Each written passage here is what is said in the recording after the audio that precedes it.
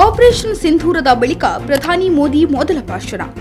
ದೇಶದ ಹೆಣ್ಣು ಮಕ್ಕಳಿಗೆ ಆಪರೇಷನ್ ಸಿಂಧೂರ ಅರ್ಪಿಸಿದ ಪ್ರಧಾನಿ ಮೋದಿ. ರಕ್ತ ನೀರು ಒಟ್ಟಿಗೆ ಹರಿಯಲ್ಲ, ಭಾರತದಿಂದ ಪಾಕಿಸ್ತಾನಕ್ಕೆ ಖಡಕ್ ಎಚ್ಚರಿಕೆ ರವಾನೆ. ಪ್ರಧಾನಿ ಮೋದಿ ತಮ್ಮ ಭಾಷಣದಲ್ಲಿ ಉಲ್ಲೇಖಿಸಿರುವ ಪ್ರಮುಖ ಅಂಶಗಳೇನು? ಪರಮಾಣು ಬೆದರಿಕೆಗೆ ಪ್ರಧಾನಿ ಮೋದಿ ಪಾಕಿಸ್ತಾನಕ್ಕೆ ಕೊಟ್ಟ ಖಡಕ್ ಸಂದೇಶವೇ? ಆಪರೇಷನ್ ಸಿಂಧೂರ್ ಕಾರ್ಯಾಚರಣೆಯ ಯಶಸ್ವಿ ಬಳಿಕ ಪ್ರಧಾನಿ ನರೇಂದ್ರ ಮೋದಿ ಅವರು ಮೊದಲ ಬಾರಿಗೆ ದೇಶವನ್ನು ಉದ್ದೇಶಿಸಿ ಮಾತನಾಡಿದ್ದಾರೆ. ಆಪರೇಷನ್ ಸಿಂಧೂರ ಕಾರ್ಯಾಚರಣೆಯನ್ನು ದೇಶದ ಹೆಣ್ಣು ಮಕ್ಕಳಿಗೆ ಸಮರ್ಪಣೆ ಮಾಡಿದ್ದಾರೆ. ಭಾರತ ಶೌರ್ಯ ಮತ್ತು ಸಂಯಮ ಎರಡನ್ನೂ ನೋಡಿದೆ. ಗುಪ್ತಚರ, ವೀರ ಸೈನಿಕರು, ವಿಜ್ಞಾನಿಗಳಿಗೆ ಸಲ್ಯೂಟ್. ಪರಾಕ್ರಮಿ ಸೇನೆಗೆ ನನ್ನ ಸಲಾಂ. ಆಪರೇಷನ್ ಸಿಂಧೂರ ದೇಶದ ಹೆಣ್ಣು ಮಕ್ಕಳಿಗೆ ಸಮರ್ಪಣೆ. ಪಹಲ್ಗಾಮ್ ದಾಳಿ ಕ್ರೂರತೆ ಮತ್ತು ಬರ್ಬರವಾಗಿ ನಡೆದಿತ್ತು. ಕುಟುಂಬಸ್ಥರ ಮುಂದೆಯೇ ಪ್ರವಾಸಿಗರನ್ನ ಹತ್ಯೆ ಮಾಡಿದರು.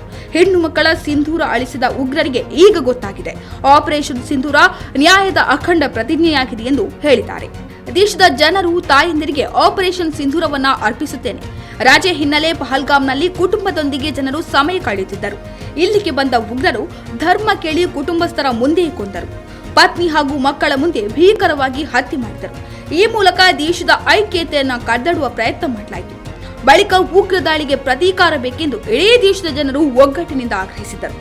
ಭಯೋತ್ಪಾದನೆಯನ್ನ ಮಣ್ಣಿನಲ್ಲಿ ಸೇರಿಸಲಾಗುವುದು ಎಂದು ನಾವು ದೇಶದ ಜನತೆಗೆ ಮಾತು ನೀಡಿದ್ದೇವೆ. ನಮ್ಮ ದೇಶದ ಮಹಿಳೆಯರ ಸಿಂಧೂರವನ್ನು ಅಳಿಸಿದ್ರೆ ಏನಾಗುತ್ತೆ ಎಂದು ಆಪರೇಷನ್ ಸಿಂಧೂರ ಮೂಲಕ ಉತ್ತರ ನೀಡಲಾಗಿದೆ. ಮೇ 6ರ ರಾತ್ರಿ, ಮೇ 7ರ ಬೆಳಗಿನ ಜಾವ ಆಪರೇಷನ್ ಸಿಂಧೂರ ಕಾರ್ಯಾಚರಣೆ ನಡೆಸಲಾಯಿತು. ನೇರವಾಗಿ ಭಯೋತ್ಪಾದಕ ತಾಣಗಳ ಮೇಲೆ ದಾಳಿ ಮಾಡಲಾಯಿತು. ಪಾಕಿಸ್ತಾನವು ಭಾರತ ಇಂತಹ ಮಹತ್ವದ ನಿರ್ಧಾರ ತೆಗೆದುಕೊಳ್ಳುತ್ತೆ ಅಂತ ಕಲ್ಪನೆಯೂ ಮಾಡಿಕೊಂಡಿರಲಿಲ್ಲ ಎಂದರು. ಏನೋ ಪಾಕಿಸ್ತಾನದೊಂದಿಗೆ ಭಾರತ ಮಾತುಕತೆ ನಡೆಸುವುದೇ ಆದರೆ ಭಯೋತ್ಪಾದನೆ ಮತ್ತು ಮಾತುಕತೆ ಒಟ್ಟಿಗೆ ಇರಲು ಸಾಧ್ಯವಿಲ್ಲ. ಭಯೋತ್ಪಾದನೆ ಮತ್ತು ವ್ಯಾಪಾರ ಒಟ್ಟಿಗೆ ಇರಲು ಸಾಧ್ಯವಿಲ್ಲ. ನೀರು ಮತ್ತು ರಕ್ತ ಒಟ್ಟಿಗೆ ಇರಲು ಸಾಧ್ಯವಿಲ್ಲ. ಪಾಕಿಸ್ತಾನದೊಂದಿಗೆ ಮಾತುಕತೆ ನಡೆಸುವುದೇ ಆದರೆ ಅದು ಭಯೋತ್ಪಾದನೆಯ ವಿಚಾರವಾಗಿರುತ್ತದೆ, ಪಿಒಕೆ ವಿಚಾರವಾಗಿರುತ್ತದೆ ಎಂದು ನರೇಂದ್ರ ಮೋದಿ ಸ್ಪಷ್ಟವಾಗಿ ಹೇಳಿದ್ದಾರೆ. ಈ ಮೂಲಕ ಪಾಕಿಸ್ತಾನ ಭಾರತದ ಜೊತೆ ಮಾತುಕತೆಗೆ ಬರುವ ಆಸಕ್ತಿ ಇದ್ದರೆ ಭಯೋತ್ಪಾದನಾ ಚಟುವಟಿಕೆಗಳಿಗೆ ಕುಮ್ಮಕ್ಕು ಕೊಡುವುದನ್ನು ನಿಲ್ಲಿಸಲಿ ಎನ್ನುವ ಖಡಕ್ ಸಂದೇಶವನ್ನು ಪ್ರಧಾನಿಗಳು ರವಾನಿಸಿದ್ದಾರೆ.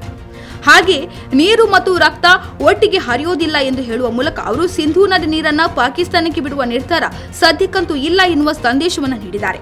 ಆಪರೇಷನ್ ಸಿಂಧೂರ್ ಯಶಸ್ವಿ ಕಾರ್ಯಾಚರಣೆ ಮತ್ತು ಪಾಕಿಸ್ತಾನದ ವಾಯುನೆಲೆಗಳ ಮೇಲೆ ಭಾರತದ ದಾಳಿ ಸೇರಿದಂತೆ ಹಲವು ವಿಷಯಗಳ ಕುರಿತು ಮಾತನಾಡಿರುವ ಮೋದಿ, ಮುಖ್ಯವಾಗಿ ಭಾರತೀಯ 3 ಸೇನೆಗಳು, ತಂತ್ರಜ್ಞರು ಮತ್ತು ಅಧಿಕಾರಿಗಳಿಗೆ ಪ್ರಧಾನಿ ನರೇಂದ್ರ ಮೋದಿಯವರು ಭಾರತೀಯರ ಪರವಾಗಿ ಧನ್ಯವಾದಗಳನ್ನು ತಿಳಿಸಿದ್ದಾರೆ. ಬಹಳ ಆಕ್ರೋಶಭರಿತವಾಗಿ ಮಾತನಾಡಿದ ಅವರು ಪ್ರತಿ ಮಾತಿನಲ್ಲೂ ವೈರಿಗಳಿಗೆ ಎಚ್ಚರಿಕೆ ಕೊಟ್ಟಿದ್ದಾರೆ.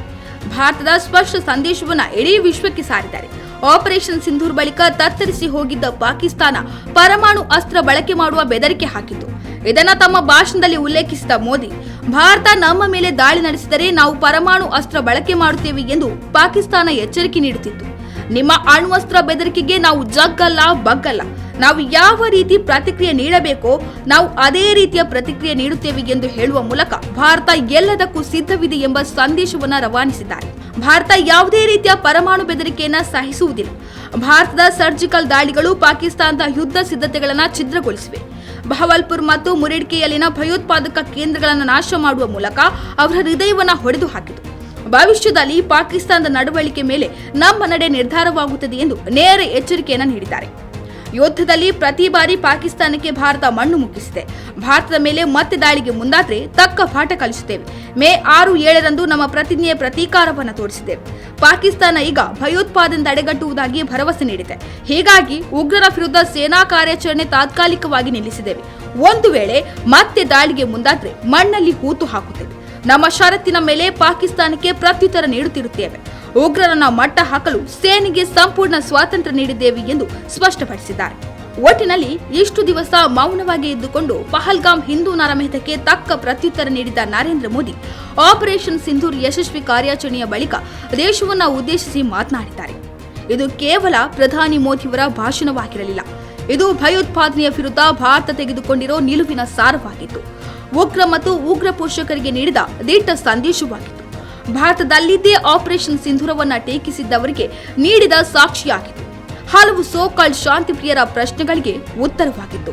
ಹೆಮ್ಮೆಯ ಪ್ರತಿಯೊಬ್ಬ ಭಾರತೀಯನಿಗೆ ನೀಡಿದ ಭರವಸೆಯಾಗಿತ್ತು. ಸಿಂಧೂರವನ್ನ ಕಳೆದುಕೊಂಡ ಮಾತಿಗೆ ನೀಡಿದ ಸಾಂತ್ವನವಾಗಿತ್ತು.